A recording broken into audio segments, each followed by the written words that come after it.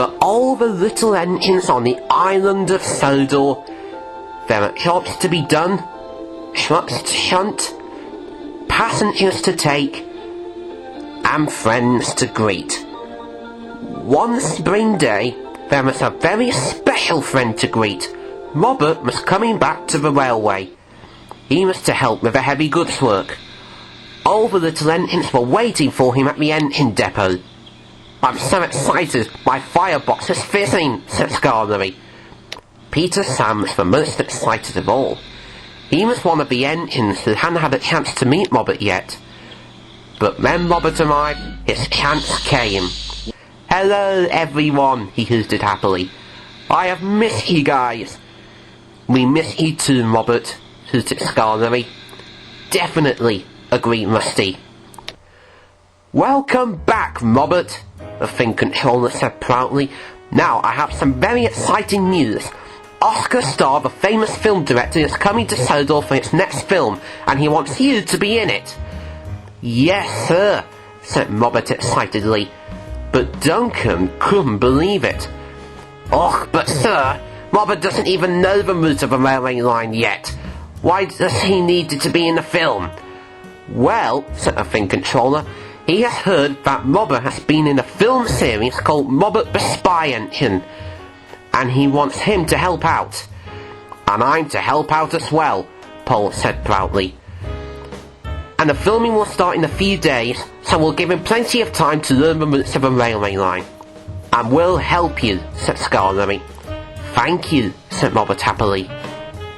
The engines were very excited. They couldn't wait to meet Oscar Starr, the famous film director. All except Duncan. He was starting to get suspicious about Robert. That night, Duncan was talking to his friends about Robert. "Oh, do you guys notice anything suspicious about Robert?" he asked. "Not really. Why?" asked Peter Sam. "Well, you know what I think Controller said earlier today? Well, I think he really is a spy engine," sniffed Duncan. "Oh, come on, Duncan, that's ridiculous. He can't be a real spy engine," puffed Peter Sam. "Oh, really? How do you explain me being scared last Halloween?" "How should I know? I wasn't even there that night," mumbled Peter Sam. "Whatever.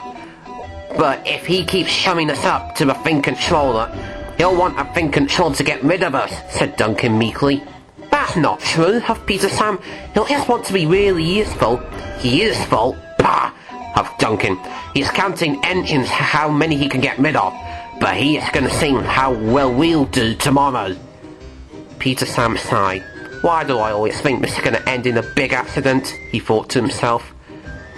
The next morning, Duncan, Peter Sam and Rocco were at the engine depot. "Why are we here?" asked Rocco.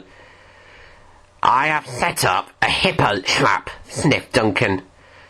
Peter Sam was puzzled. "Where are the hippos then?" he asked. "They're just behind those slate trucks that Robert was supposed to take. He'll have to whistle to leave anyway, and when he does, he's going to get trampled by the hippos, and he'll be squashed till there's no steam left. And to prove it, he let off a big blast. Then there was trouble."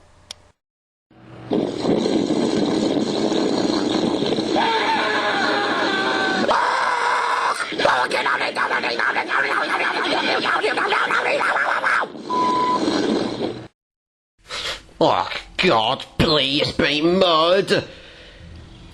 Later, Duncan had shunted a line of gunpowder wagons into the siding, ready for his next prank. "What's this prank got to do with the gunpowder wagons, Duncan?" asked Peter Sam. "They've got a time bomb on board, and when Robert pushes them, boom! It'll smash into a million pieces." "That is the worst idea I have ever heard. It's not going to work." But Duncan wasn't listening to Peter Sam. He was too busy being suspicious, because Robert had just arrived alongside Duncan. "Ugh, Robert, the thing controller wants you to shunt these gunpowder wagons to the transfer yards. I would have done it myself, but I had to stay to shunt at the quarry." "Of course I will," puffed Robert, and he buffered up. But none of the engines knew about the shunters had set the brakes on the trucks, and they were worn out, so with any hard shove, the brakes will break completely. Robert pushed, and he pushed, and he pushed, but no matter how hard he pushed, the trucks didn't move.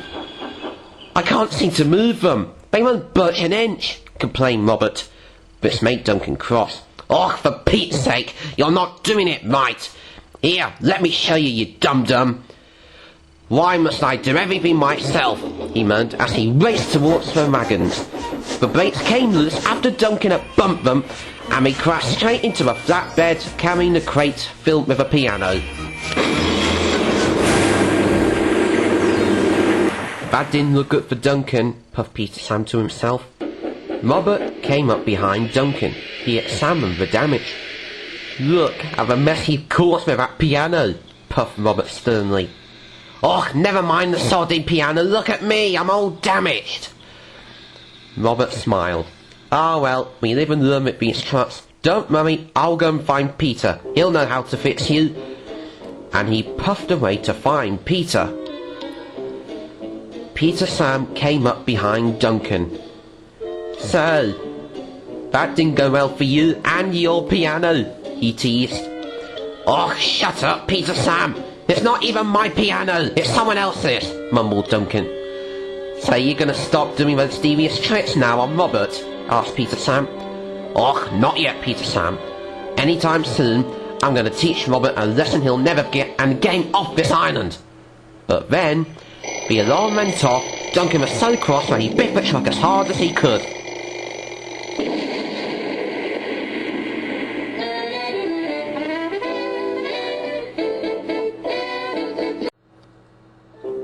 Later that week, the 3 engines were being repaired. Duncan was getting impatient. "Oh, will you hurry up and fix me? I want to get back to work as quickly as possible." "Don't rush me, Duncan," said Peter. "I need to repair your brakes and regulator, but I can't do that today because I don't have the tools with me. I'll do that tomorrow." And he left. The next morning, while waiting for Peter, Duncan was still thinking of a way how to get rid of Robert in case he really is a spy. But his chance came sooner than expected. Just then, Sir Handel puffed up. "Has any of you guys seen Robert?" he asked. "It's time for us to start to film him in the film." And then an idea tingled in Duncan's whistle. "Oh, we don't need Robert. I can be in the film if he wants to." He pumped his pistons proudly. "I don't think he means you, Duncan," puffed Peter Sam. Too late. Duncan got steam up and he puffed out of the sheds. He really wanted to get into the film before Robert. But as he left, Peter arrived. "Duncan, wait! Come back! Duncan, come back!" "What's up, Peter?" asked Peter Sam. "I still haven't fixed Duncan's brakes and regulator, and soon he's going to have trouble stopping. And he won't be able to reach the steam. We've got to stop him," said Peter. Just then, Robert came up. Peter came up to him. "Come along, Robert. Duncan is in trouble. We've got to rescue him." "Right away," Robert puffed, and he puffed after Duncan. "Wait, hang on. What about my load?" called Peter Sam. He was worried.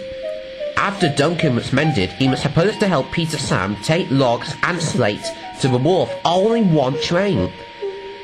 "I suppose it wouldn't matter if I take the train by myself," he thought to himself.